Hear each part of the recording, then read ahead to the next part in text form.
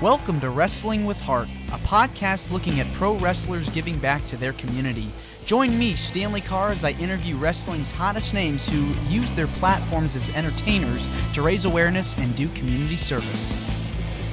Hello and welcome to another edition of Wrestling with Heart. This is the show where we talk with professional wrestlers and professional wrestling personalities about their lives in and outside of the ring, as well as doing acts of charity work, community service, volunteering, and spreading positivity. We're always about the positive vibes here on the show. And with me right now, I've got a very special guest. She has competed and wrestled for numerous wrestling promotions over the years. Pleased to welcome the one, the only Heidi Lee Morgan. Welcome to Wrestling with Heart. Woo, thank you so very, very much. I'm glad that I have the opportunity, and I love the fact of modern technology where although you guys are in Tennessee and I am on the East Coast, we're able to navigate this. So thank you very much for having me. Yeah, absolutely. So tell me about your childhood. Where are you from? Originally, I am from the state of New Jersey. I have a Southern twang, as you might be able to pick up. And that is because as a little girl, we moved to Tennessee when I was around the age of 7. And we lived there predominantly for about, I would say, till I was 9 years of age, 9 and a half, actually. And so it was enough time for me to pick up the Southern drawl and to keep it with me. And but yes, my parents were very eclectic. We had an incredible childhood. My sister, brother, and I were raised on in New Jersey, in Burlington, New Jersey, on a zoo. My parents we had lions and tigers and bears. Oh my, the joke is, but we were raised with animals. We had lion cubs, bear cubs, and unfortunately, a tragedy happened where our zoo was. An arson happened. They did catch the person that did it, but unfortunately, we lost 158 animals, and it was very heartbreaking. And from that vantage point, because my parents were so dismayed and very heartbroken, they decided to venture out to another part of the country. And they were always workaholics, always in their having their own business, and that is what took us to Tennessee. They purchased a hotel, and in Red Boiling Springs, my sister and I went back. It will be 2 Septembers, September 2023. We had gone back to backtrack our trails as a child, as our children, as part of our childhood. And the Cloyd Hotel is still there. It's on the most haunting of paranormals on spirits that roam the facility. And yes, it happened when we were there as well. But so from there, we uh, bought the hotel. Unfortunately, my parents were not successful with it. It went bankrupt, and we stayed on the outskirts of Hendersonville waiting for the court case to come up, and met some incredible people in that area. And unfortunately, it ended up with more tragedy where my brother was killed in a terrible car So accident. It sorry. was a hit. Yes, he was hit and killed. Purely an accident, purely an accident. There, for the grace of God, go any of us. I witnessed the whole thing, so I have a different outtake on marijuana smoking as opposed to what the rest of the world does, because although marijuana does not make you a negative individual, it does hinder your driving. The girl that killed my brother was high as a kite, and and they proved that she was high as a kite, and she was only 16 as a child. So her life was forever changed as well as ours. So I do have a different outtake, like I said, on the usage of marijuana, unlike everybody else in this world, because of what I personally witnessed, and know that it can take a person's life. So you fast forward, my folks moved back. Parents never recover from losing a child. So my parents did not have it the easiest, but they made the best out of it for my sister and I. And, we made the best out of our life. And my dad I am a second generation wrestler. He was a weekend warrior in the 70s. He was the original Little Abner. And my sister and I and my brother, we would play around with Gorilla Monsoon's children in the ring, Chief Jay Strongbow's kids. And like I said, back in that generation, it was Weekend Warrior. It wasn't a full time gig. The wrestlers did it part time, and it was more of a love than them trying to make a living out of it. And, my dad he was a big time wrestling fan and fanatic, but he liked being around his family and making money and didn't like being away from us. So that kind of opened up the opportunity for me in the 80s to partake in wrestling because of the opportunity came in 1985. I was competing for bodybuilding, and we had gone to Vince McMahon to use Paul Orndorff as a spokesperson. That was the year WrestleMania popped. Vince asked me in his office, and I was only 19 years of age, would I be interested in wrestling? And I chuckled and I said, no. He says, yeah, but you're a second generation. I said, yeah, but I don't want to do it. It's not what I want to do with my life. I want to compete. I like bodybuilding. I like lifting weights. I like putting things up, picking them up, putting them down. That was what I enjoyed doing. And nevertheless, he still offered me to do bodybuilding exhibitions in between the matches. And I did. I agreed. So my mother came with me to several of the exhibitions, and the first exhibition was at the Spectrum in Philadelphia, which is since torn down and another facility has been put up in place. But there were 30,000 people, full card. Macho Man, Randy Savage, and Miss Elizabeth. I shared a room with them, and from that vantage point, I shared a room 4 other times with those two up and down the East Coast, because they would bring me in like once or twice a month to Boston, to Pittsburgh, to Merlin's to perform and the same exhibition that I did in Philly, a 90-second exhibition with the bodybuilding. And I guess around April, my mother had been on the phone with one of the marketing directors.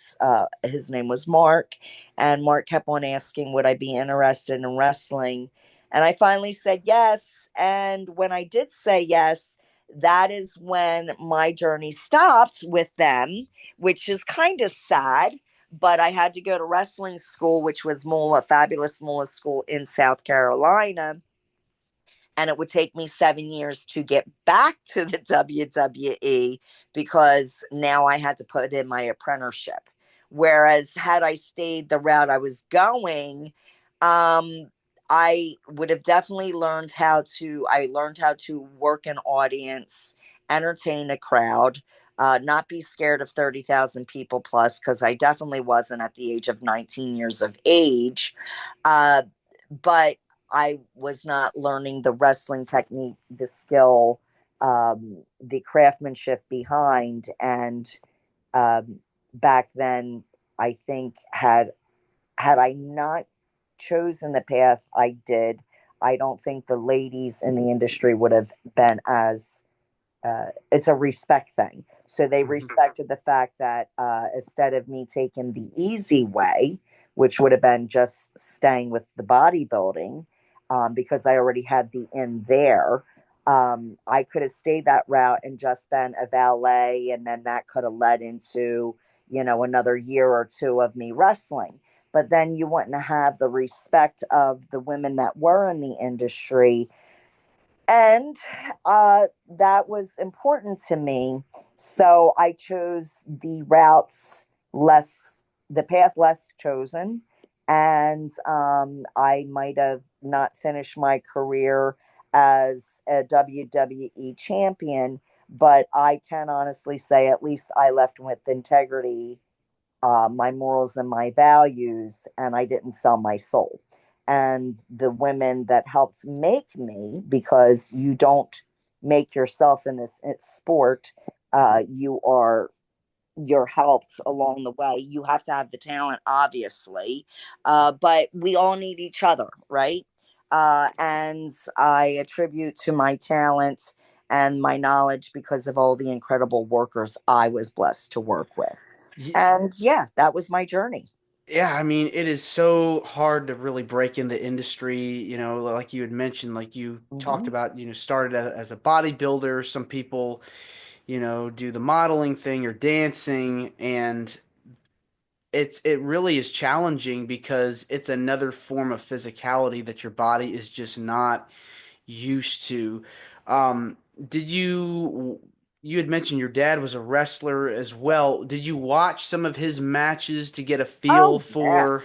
Oh, absolutely. I mean, there wasn't, listen, I was one of these children that was a daredevil. And even when my sister and I journeyed back to Tennessee to go to our old stomping grounds, when we stopped into Hendersonville, we visited three families that were very dear to us. And the Greaves, the Wards, very, very dear, and the Scots, very, very dear to us and very, very compassionate, because we happened to live in Tennessee at a time where certain parts of Tennessee still believed in the Civil War. And we were Yankees, and they treated us that way. And we learned what prejudice was at the fullest extent. But then when we moved to Hendersonville, we learned that there were just as many people that were compassionate. And what was brought to my attention, which I didn't realize, was I was always a very create, courageous and daredevil as a child. I was very tiny. I was scroungy, and I'm not picking on myself. I'm just talking about the words that were always reflected back at me as a child, that you're too small, you're too scroungy, you're going to get hurt. And it just created such a flame within inside of my soul that I'm like, no, I'm not. I can jump off the building. And you don't realize, but there are times that you can either use it as a crutch, or what was you can be a victim or victorious. And I chose to use it as a victorious behavior, because as kids growing up, we would be in the ring, and my siblings would say, Heidi, come here, and we'd get into the turnbuckle, and they're like, okay, now do a monkey flip. And I would do a monkey flip because I was a gymnast. I just naturally, had never had any fear, so I was a gymnast. And so I would stand up on the top rope and just do flips just because. And my sister and brother would be like, okay, we're going to catch you. And I believed them. Like as a 5-year old, I'm like, okay, my sister and brother aren't going to lie to me. And I got to say, my sister and brother were always there where they would catch me for the crossbody.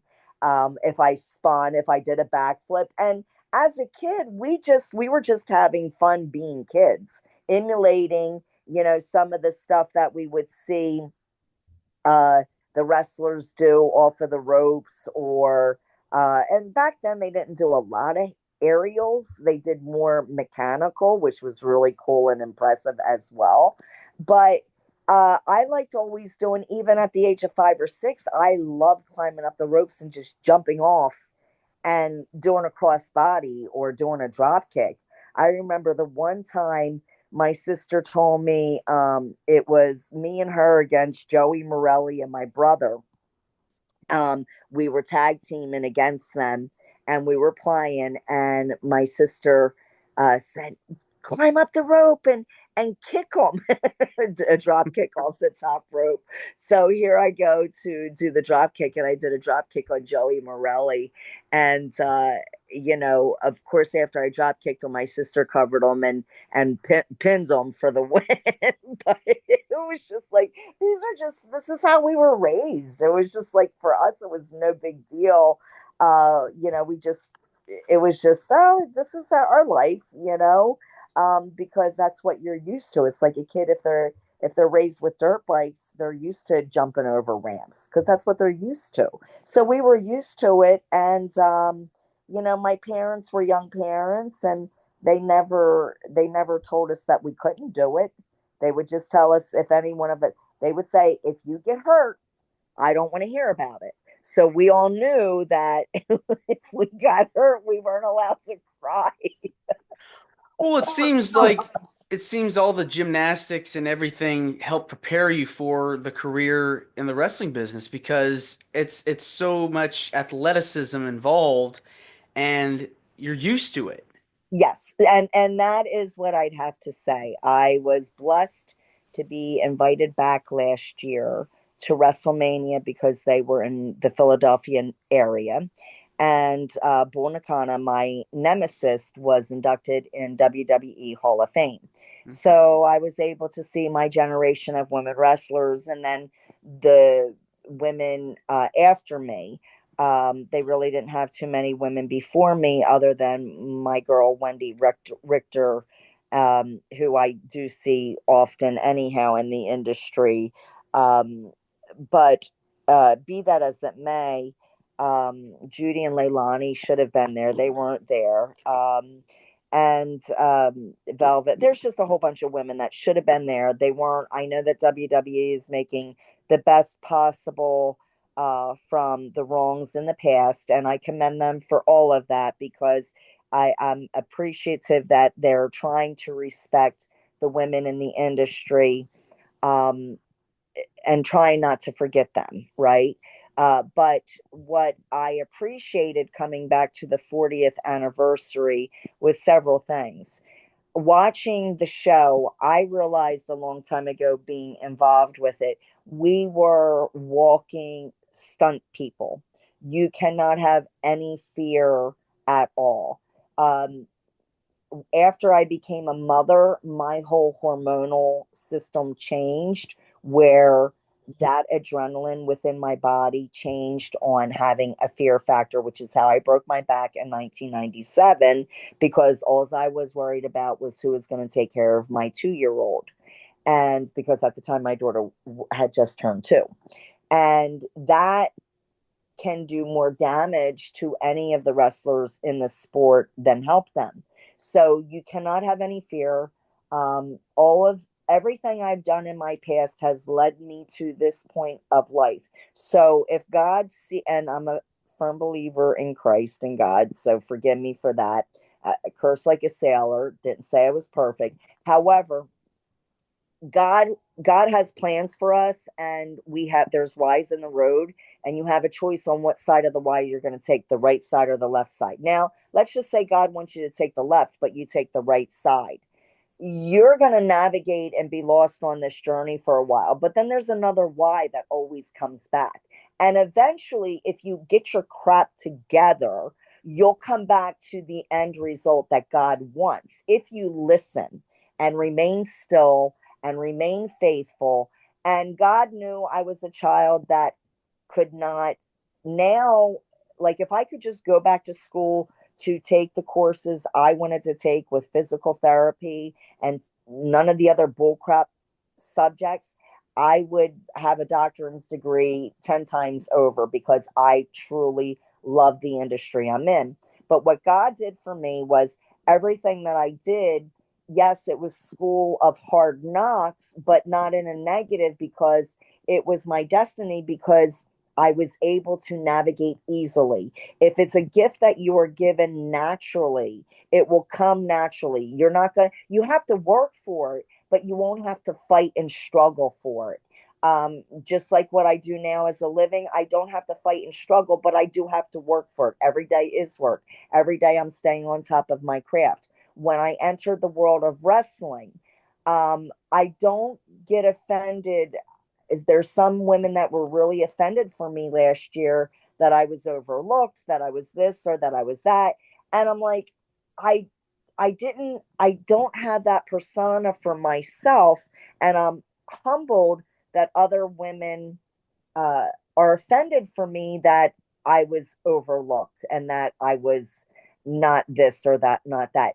But it's choices that we make that I felt more comfortable with the choices I chose in the industry to take for my morals, for my values, and for my personal beliefs.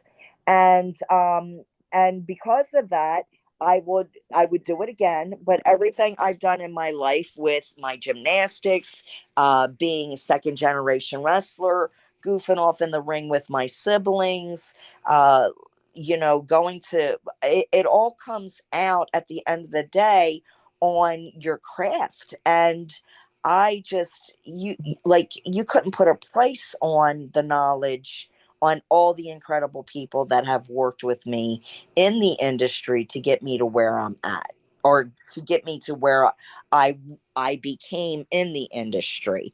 And yeah, but these women, these men, I was watching, and me and Alundra's husband, we were like, ooh, just enjoying being fans, and just so impressed that these at any given time, their whole career could be taken from them, any one of these wrestlers.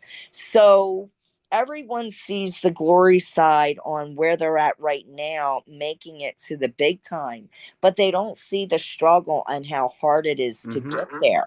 And a lot of them, they're putting their body on a daily basis. Yeah, they're putting it at a It's great hard pace. work. It is hard. It's hard physical work. That's why so many, if you look at the statistics, there's a lot of them that are on pain medication, pain therapy. There's a lot of them that had hip surgery because of their love of the sport, on giving what every last morsel of their body. Like I said, I broke my back for Alpha and Sika's a show for them at Hazel, Pennsylvania. I was wrestling a new individual, and we had gone over some stuff with the match. Should have been a clean match. And as soon as the bell rang, she panicked in front of people. She like people get like starstruck. They get scared when they're in front of an audience, and she got scared, which was enough time to hesitate, which is what broke my back because of that hesitation. And I'm grateful for the way my back broke, because it broke away three vertebrae, two uh, lower T and L, uh, broke. If you looked at my spinal column and looked at my nervous system and looked at my vertebrae, it was a perfect L break away from my spinal column. Had it gone the other way, I would have been a paraplegic. So you cannot take any of that for granted. 7 years of going through physical therapy, medication. 7 years later, I had to have major back surgery, and it gave me life. It gave me life all over again. God gave me a second chance on being able to move, staying active, being able to live, being able to educate people on how to move, which is now where I'm at with my life. Because again, those doors happen for a reason. I broke my back so that way I can help somebody move. I had double shoulder surgery so I can help somebody that has frozen shoulder syndrome, because I've been through it. And instead of me going through college, I went through the other course selections that I did in the industry I'm in with fitness and movement, to help people move. And again, it's life lessons that have gotten me to where I'm at. Yeah, I mean, pro wrestling, there's a lot of sacrifice involved, and the training process is intense, and you're describing it. I mean, this is not ballet. This is not uh, anything you've ever really seen before. This is really intense workouts and drills. Uh, and I'd imagine for you, it was just so, so hard because they're putting you through the ringer, and then you have your matches, and you got to get through them, and the travel, and it's everything. It just so much is involved at one time. It's like a perfect storm. It is a perfect storm, and there's a show on right now. I forget what channel, but the Undertaker Mark is on it. LFG, yes. Yes, and it's really good. It's really you know what I appreciate right now, and I don't know if you can look at it from that point of view. As I was growing up in the industry, there were many wrestlers that were in their age of 50, 60, and I'm going to be 59. I'm not ashamed to say what age I'm going to be.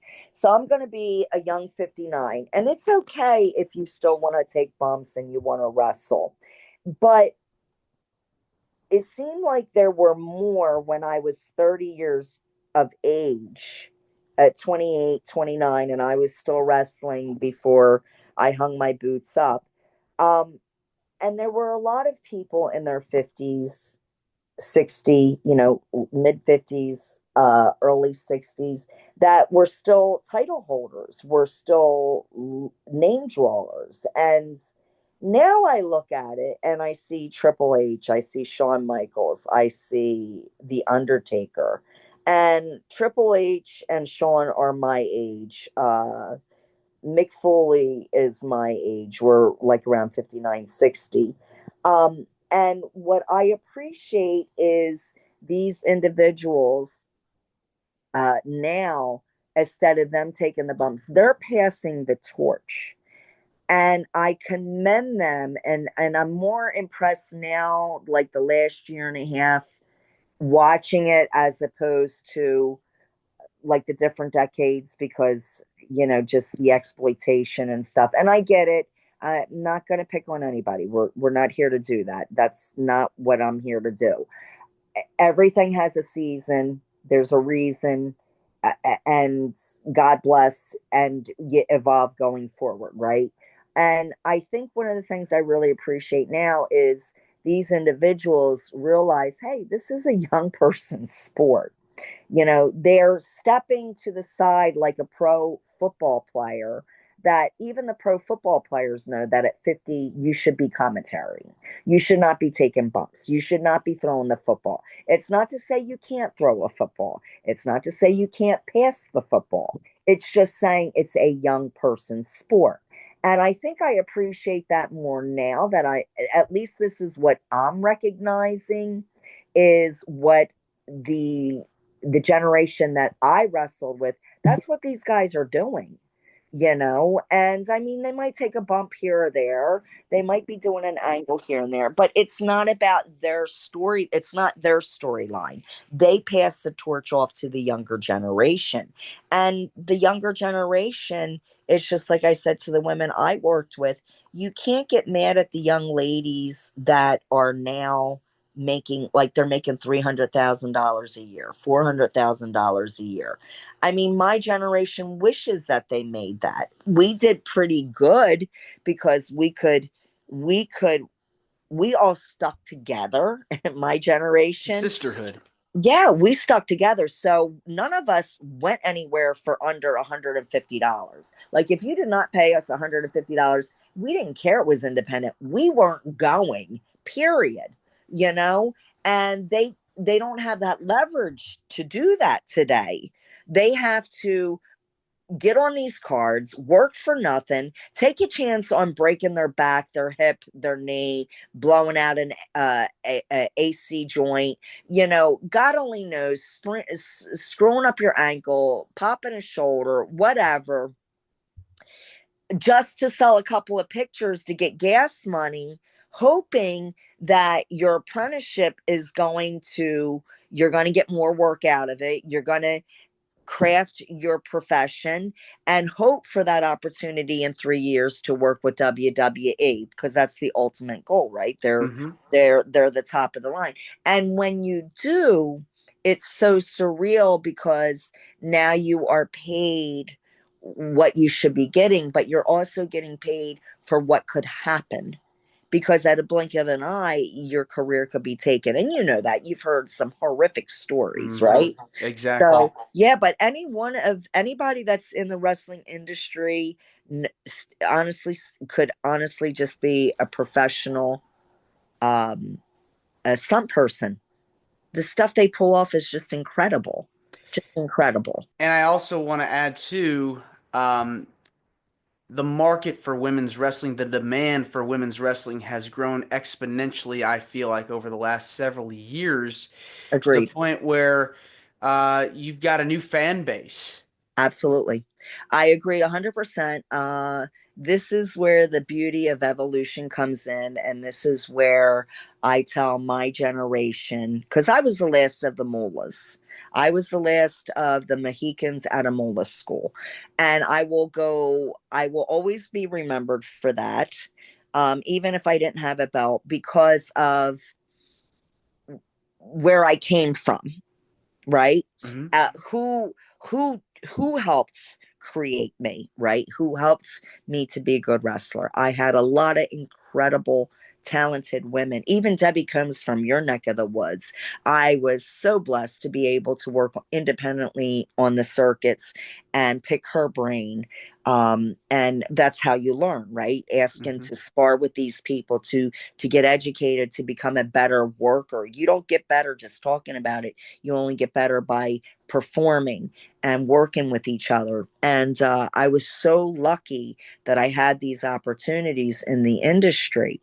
But what I will say is, there was the time and era of the Generation X with WWE that the lack of respect for the women was horrific.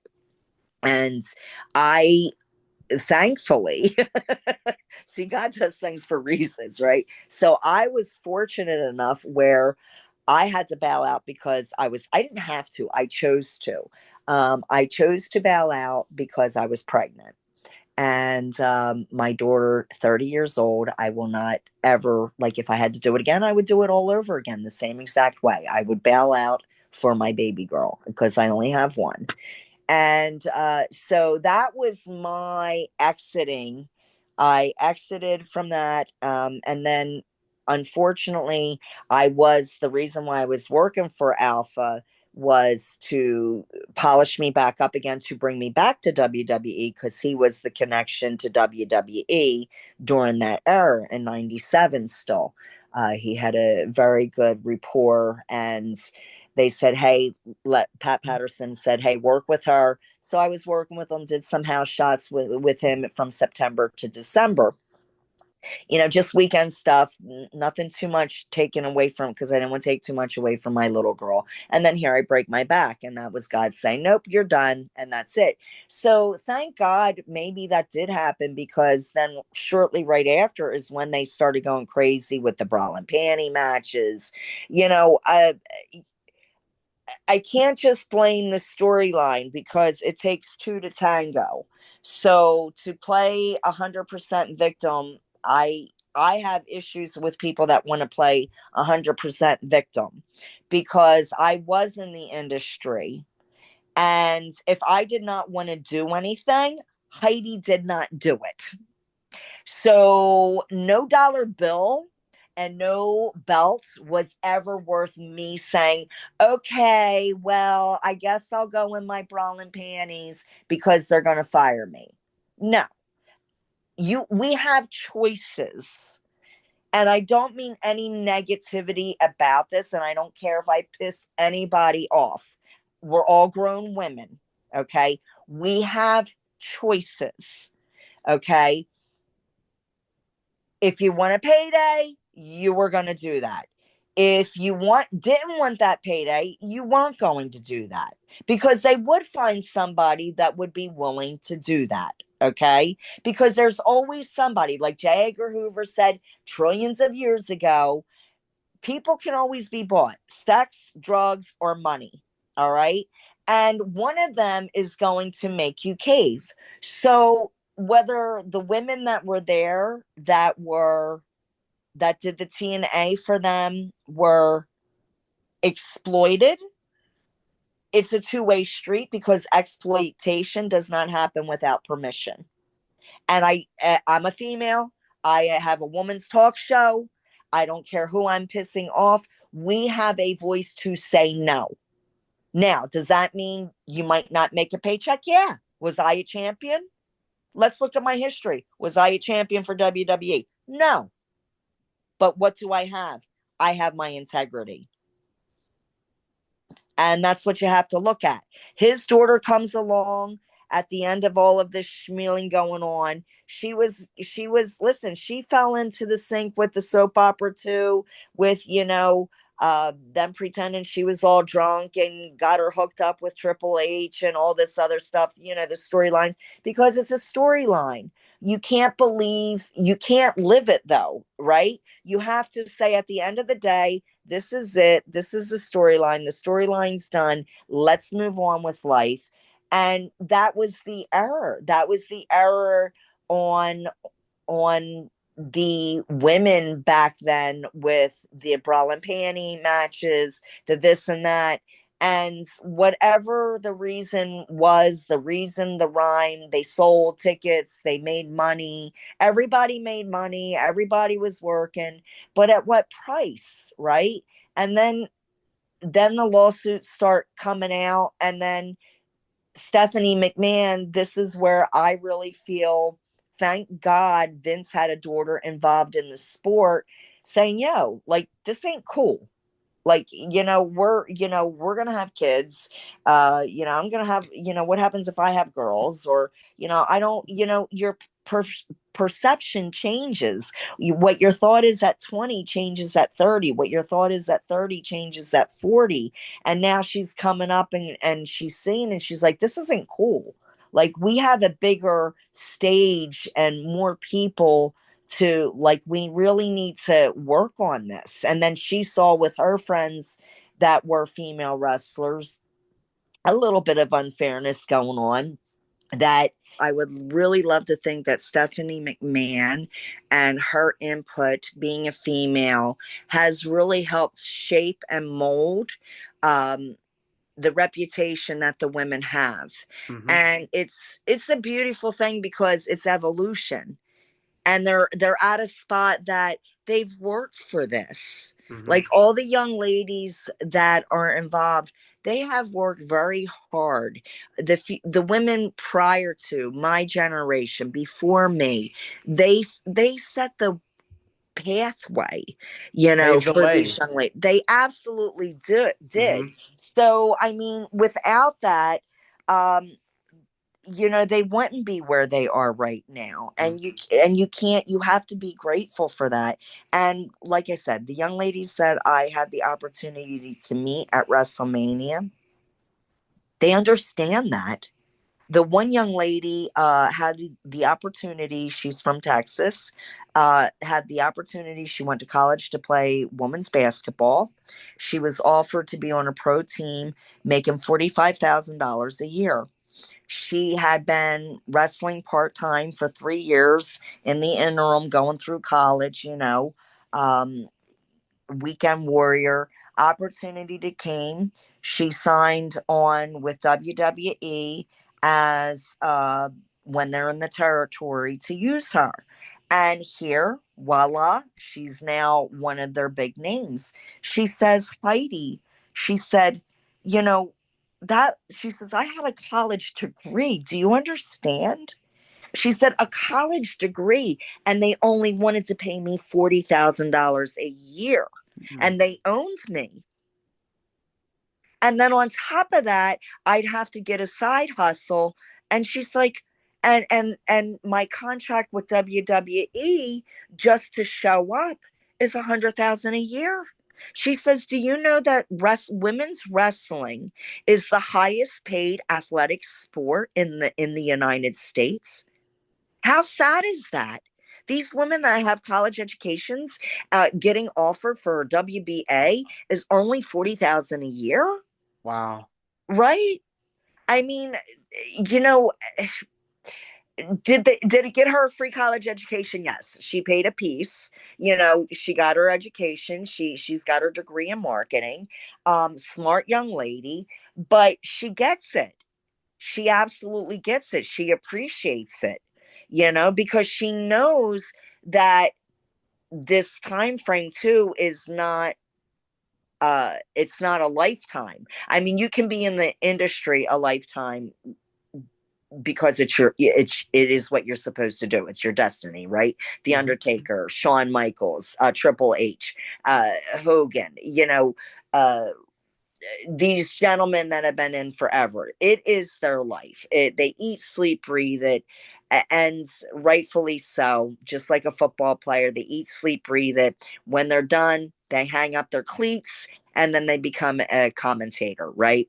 Mhm. And so a lot of the young women that I had the opportunity to speak with understand that it's a short window as far as the physical aspect is concerned. And then it's what they can do with that and how they can still continue to make a difference and pass it forward. Yes, and I hopefully will continue to grow because Absolutely. it's really at its highest right now, and it's going to continue to the bar is going to even continue to get high in the years to come. But I want to go back to you and your career. You gotten to work against so many different opponents over the course of your time in the business. Who are some of your favorite opponents that you got to wrestle against? Oh my gosh. All right. So I love wrestling against Wendy. That is when I had to be a heel, a bad guy. Mhm. And Wendy just made it so easy to be a bad guy. And she was phenomenal, just an incredible worker.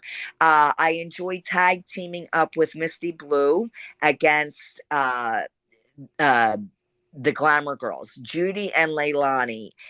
We had some incredible feuds against them that I can just I still chuckle at some of the matches that we had because they were fun. I Hmm. mean, there's always a blooper, or there will be flub ups, but it was fun. It's like dancing if you're, to work the crowd and to work against such skilled people. I also enjoyed working against Bad, Black, and Beautiful, which was Jean Kirkland and Mary Fryer, with me and Misty. I loved working against Rusty the Fox Thomas and Peggy Lee Leather. Had some incredible single matches with both of them and phenomenal matches. Debbie Combs. I I mean, they were just all of them were like dancing. Um, there were maybe a handful of people I wrestled maybe once or twice, that were weekend warriors or territory girls. Um, and I never really had an opportunity to really see them again. But by far, they are the ones that I mentioned were a couple of my favorites Yeah. by far. You had Yeah. mentioned you had mentioned teaming up with Misty Blue Sims. What was it like being around her? Actually, it was okay. So it's funny because her and our paths crossed again this past last year in August. She finally made her very first autograph debut because what she had explained to me was she said, everybody that's in the sport, they ate, slept, and breathed it. Yeah, she says, you were second generation, so you kind of knew people. She says, so you kind of stayed in and out because you were a second generation. She says, but she says, unfortunately for me, the opportunity came where our paths crossed. Killer Kowalski, and he saw that we were putting on a boxing tournament and says, hey, you can make more money wrestling. And she says, because we saw him at a fair. And she says, the next thing me and my girls are going to Kowalski's learning how to wrestle. She says, but I didn't, it wasn't her first love per se.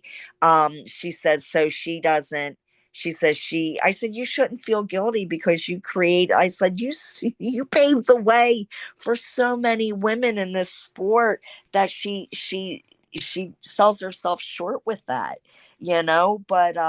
she looked at it that was just a journey in her life, and Hmm. the opportunity came and she tried to take full advantage of it in a positive way that she could you Yeah. know yep.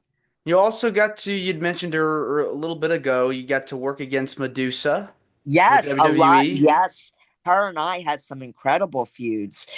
So I had the opportunity to work with her initially and Debbie Combs, for at the Showboat for AWA.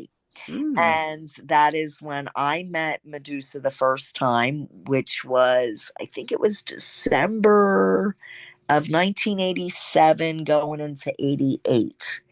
And I had the opportunity of our paths crossing. I got to my path crossed with Debbie as well. And it started a really nice friendship and a feud, of course. And then Madusa and I went up and down. We were Minneapolis, Minnesota area, South Dakota, North Dakota for AWA. And then they came out to the East Coast, and I got to work with her some more here. And then she was contracted with Japan, and other stuff was happening here. And then finally, our paths crossed again with LPWA and with WWE with the Women's Championship bout. And yeah, just had some really incredible matches with her.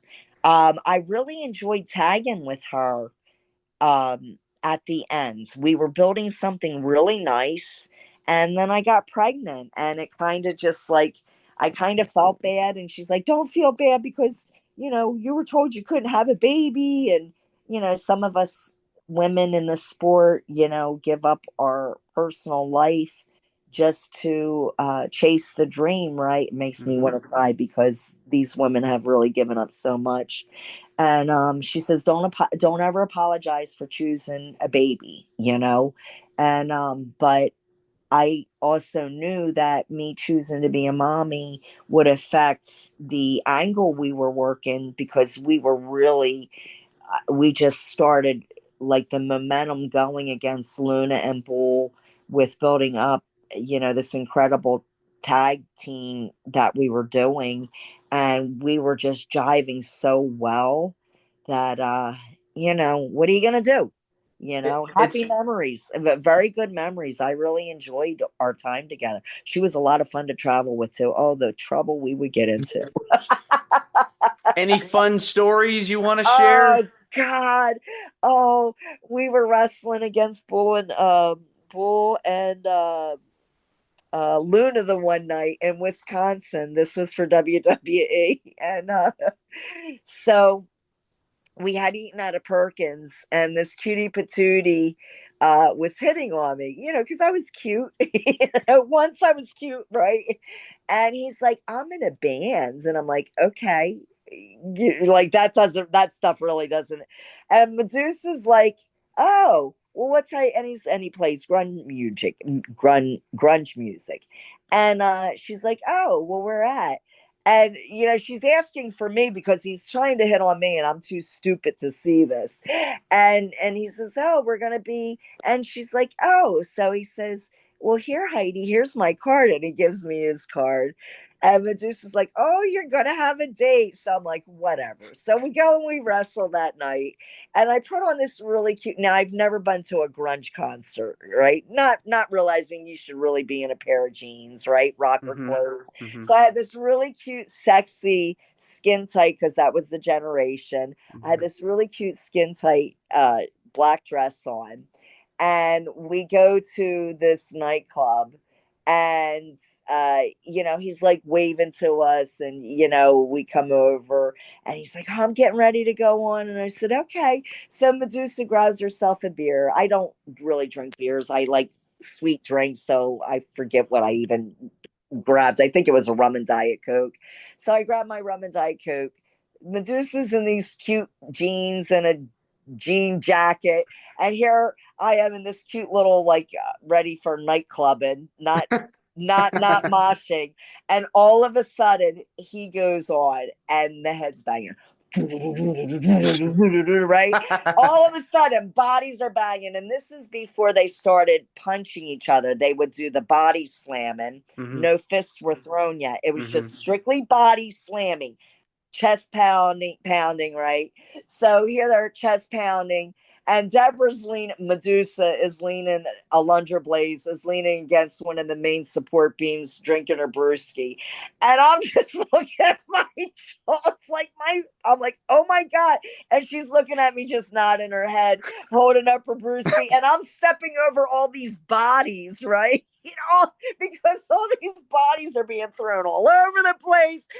We laughed so hard that when we got into the car to go back to the hotel that night, it was like 3 o'clock in the morning.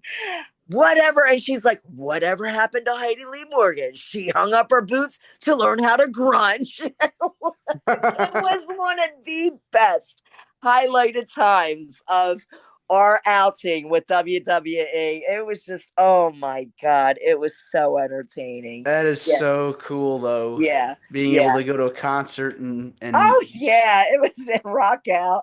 It's just so funny how everything evolves. I'm just thinking back then that's when they were doing chest to chest. Now they throw punches, right? yes, unbelievable.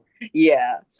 Well, let's switch gears and talk about some of the stuff you've done outside of the ring. I know you've done a lot of charity work, been involved with various organizations. Tell me about some of the stuff that you've gotten to help out with over the years. Oh gosh. So for the last 40 years, when through wrestling, I worked with the Dare the MAD Moms Against Drunk Drivers with the Carlisle County District of Pennsylvania for 2 years. 2 years in a row, I did that. We would go up from it would be 2 days a week, September, October, November, all the way up until April. Uh, so it was always Monday, Tuesday. I would come home Tuesday night. The organization would put me up in a hotel. We would do 4 schools, two on Monday, two on Tuesday, and then I'd come home, and I did get compensated for it. Was very grateful because I told the story about how my brother got killed by a person that was high.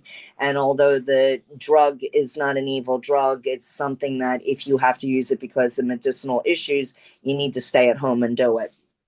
And so I had the opportunity of being able to work with the MAD program there, as well as working with the New Jersey State Troopers in 1987, 88, and 89. And they gave me an award, which I cherish to this day, on Congratulations. self-defense, women in self-defense for 1987, 88, and 80. Yeah, 1987, 88, and 89. Around December, the state trooper department contacted me and asked me would I work with their officers on women in self-defense. And because I was a local celebrity with the wrestling, and they thought it would help to see, and then my size, because I wasn't very big. um, yeah, I did, and I did it with high honors. And then through the past, we just did American Heart Association. I work with American Heart Association now since 1998.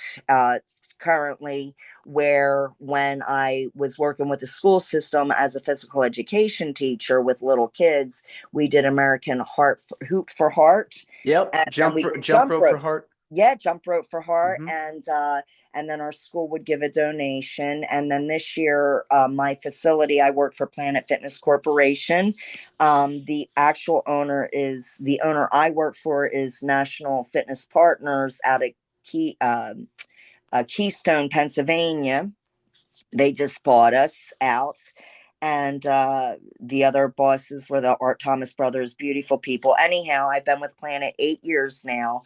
And what we do is we are involved with American Heart Association. We just had four of our treadmills, a huge participation, where out of the 180 facilities that we're part of, we actually beat the 180 because of our participation on supporting American Heart.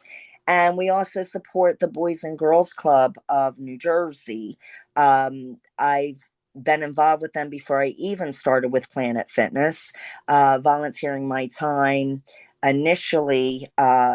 we were volunteering our time in May and June of 2016, all the way up until 2019. Well, when the pandemic happened and then it stopped, we would go for every Wednesday for an hour and work with the kids that would come after school there on fitness and moving, just moving, doing boot camp style workouts. That way they don't get bored, they would have fun. And also supporting by doing the mile walk and the run. And I do have a talk show as well as what I do with Planet Yeah, Fitness. talk about that. Yeah, so the talk show, I have women on that. I have a lot of women that today my guest was Liz Suey. She's a musician. We let her play she dropped a song called Body Image. So we played that on the station. But I have women telling about their truth, their story on their trials and tribulations. I had a clam digger on my show. I've had the first African judge of New Jersey. She was on my show, and it's basically I sit and it's like having a cup of coffee or just like I am talking with you, and we're conversating about what they do for a living, how they got there, their trials, their tribulations, because we all go through something. And Hmm. I learn, and these are just a couple of things that I am very, and I do a lot of stuff. Yeah, I do. I was just thinking I've done some stuff for the local my I'm in the Vineland district, so I've worked with the school systems on movement, the importance of movement with the kids. I've worked with the pre-K and the kindergartners in the different school systems. When I'm not at Planet, I go for an hour and say, hey, okay, and and then explain the importance of moving and why. And then they participate as well. So it's a constantly, we're all here to help each other, right? Hmm. Whether we're lesson or blessing. I want to be a blessing to people. I don't want to have to be that lesson. Yes. What is your favorite part about working with kids? Because it seems like you've been involved with the school system for a while, quite a Um, while. so I think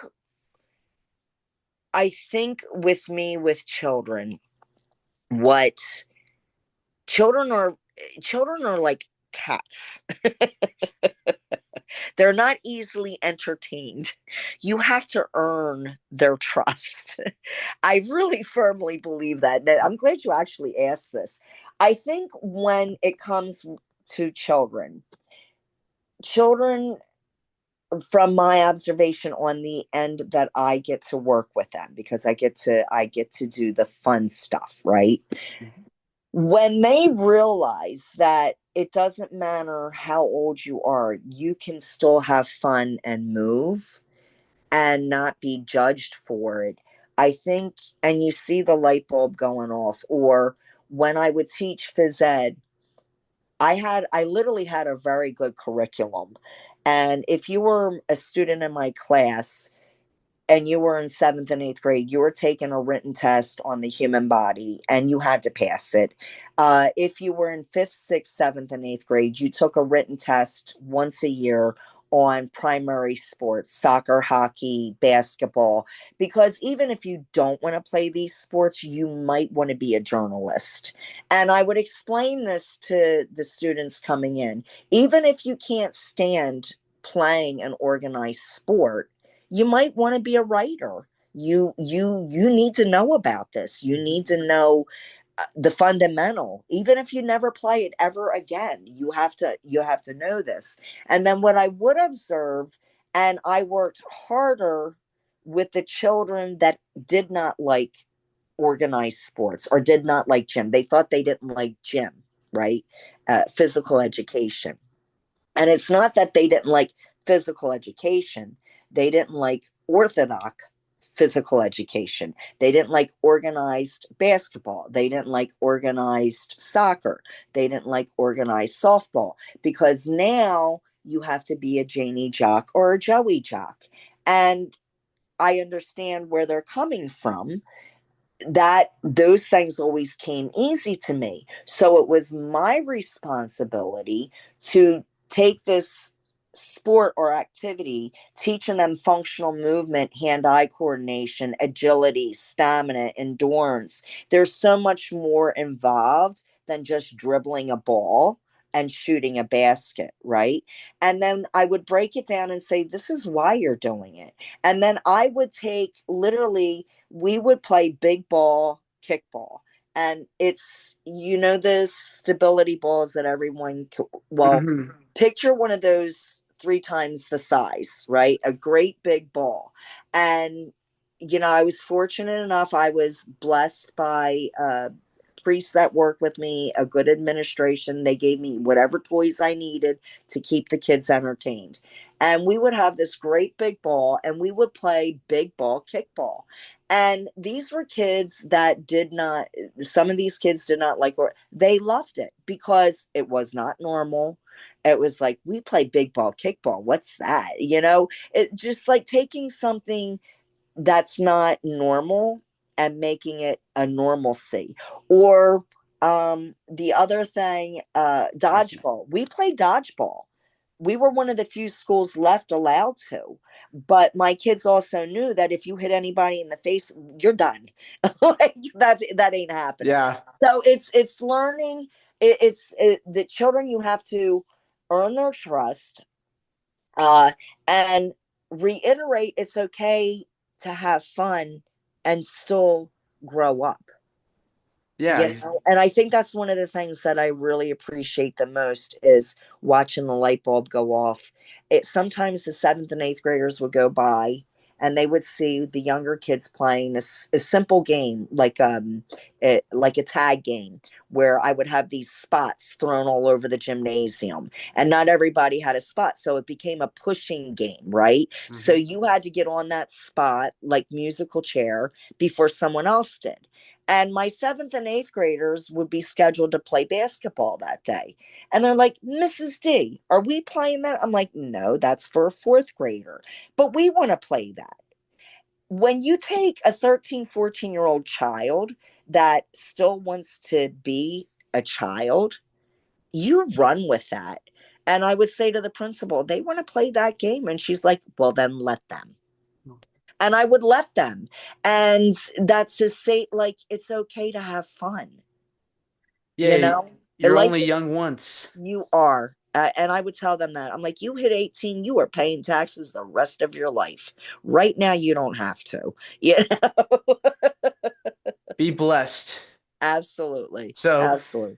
do your students know about your wrestling background? Yes. So, um, even the people at my facility at Planet know because my bosses are very proud. Um, they will tell them anytime they're like, oh yeah, and we have a Hall of Famer, Heidi Lee Morgan. She's in 4 WWE encyclopedias. I mean, they go down the whole plethora. She's on Monday Night Raw, 2020 Game Boy, which I didn't know. It was because my bosses, they told me. They're like, we were playing, you were in a game, you were wrestling Sherman Tom. Like, what are you even 2K talking or about?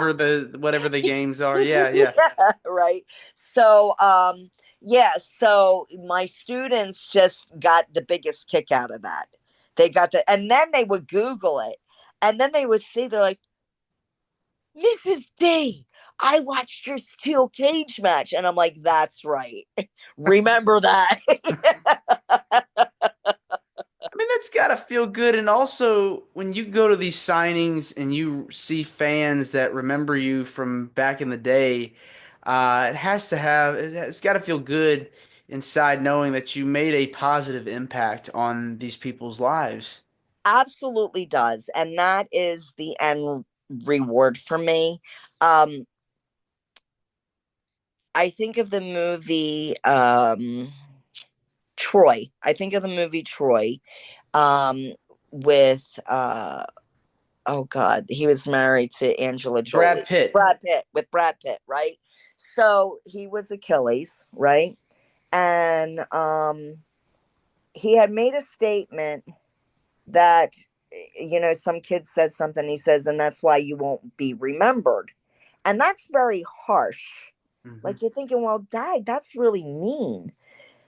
And you think to yourself, I just always felt within my heart, I know I need to be doing something.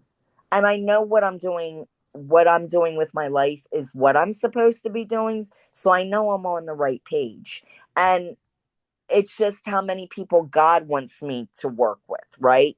So as you go through your career or whatever you're doing in your life, and are you making a difference? Is this what? And like I said, you know I knew I had the opportunity for Alundra and I to be tag champions, but I also was told I wouldn't have a baby. And I had to take a chance on my heart and what I felt like was the best thing for me to do. And that was to have my baby. And I'm grateful I did. And then you think all these thoughts go through your head. Well, did I do the right thing? Did I do this? Did I make it difference in the sport? And then when you see or you're invited, the most humbling thing for me is, and the epiphany that I had last August was when I went to North Carolina for the WrestleCon there. The epiphany I had running into Mick Foley and Judy Martin, Leilani Kai, and Susan Green and them, and we're talking, and Misty herself, and we're gibby gabbing, like I said, we're just talking. I might not have retired with a WWE title, or they might not have inducted me. But I will always, forever be the last of the Mohicans of Mola that no one will ever be able to take away. And I will always be remembered for the first Monday Night Women's Championship match. And whether I won or not is irrelevant. I will always be part of that history. And that's it's a beautiful thing to know that you left some type of trail, right? Hmm. Even if you don't have the big mansion, or you don't have the belt, or you don't have the Hall of Fame ring, uh, you still make a difference. And that's humbling. And that's very, very, it's an honor, and it's very, very humbling for me. Yeah, it definitely is. And you deserve to be acknowledged and respected by your peers and the students that you've helped out over the years. Um, what is it about giving back that gives you the most joy? I think uh, when I see the person's eyes sparkle, one of the greatest things, I'll use my Friday class as an example. I have a Friday, I love my Fridays. I have, it's called the 30-minute circuit room, and it's 20 pieces of equipment. 10 are weight training, 10 are cardio. And that class, you can only take 20 people because that's all it holds. And my Hmm. classes are 30 minutes Hmm. long. And I average 16 to 20 senior citizens come in. When you have senior citizens that were given prognosis and diagnoses that they will not ever be able to do X, Y, and Z, and they come to me and they're like, "Can you?" I said, "Listen, I'm not God, and neither's your doctor. All we can do is just try. And if you show up, I'm going to show up." And when I see these people being able to move, and the one woman, her sister called her, and she literally turned her head, and her sister Rosemary says, "Oh my God, Maribel, you just turned your head." Well, Maribel was told she could never ever turn her head ever again. She'd have to like literally turn her whole upper body. She started crying, and then five other people start crying because they're feeling the emotion. And then I wanted to cry because I'm like, that's what, it's just that knowing that you're doing something positive to make somebody's day. And Hmm. that brings me pure joy. I mean, it really does when I see that I actually made someone smile or feel good about themselves, because I don't think anybody should be shamed, you know? No. Definitely helps to put a smile on someone's face, make their day, and pay it forward. That's all we can do as humans. Yeah.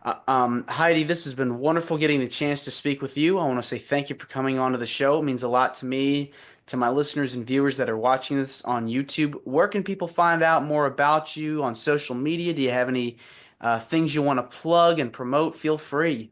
Sure, my Woman Encourage Woman talk show live every Sunday evening on WVLT 92.1. You can just type in my name, Heidi Lee, Heidi Morgan, Morgan, D Bartolomeus. I kept my marriage name, DE capital Bartolomeis. I do have 3 accounts, but I don't really go to my wrestling page much. So you can go to my personal page or my Woman Encouraging Woman, which is spelled WOMAN, encouraging WOMAN, is my page that they can go and friend or follow. And I share stuff all the time. All right. Well, thanks so much, Heidi, and you're more than welcome to come back. Thank you so much for having me, and I'm glad we did this. And you have a blessed evening. Absolutely. You do the same. Peace Take out. care. Bye-bye. This is Wrestling with Heart. I hope you found this podcast to be informative and entertaining. If you did, please hit the subscribe button and look out for the next edition.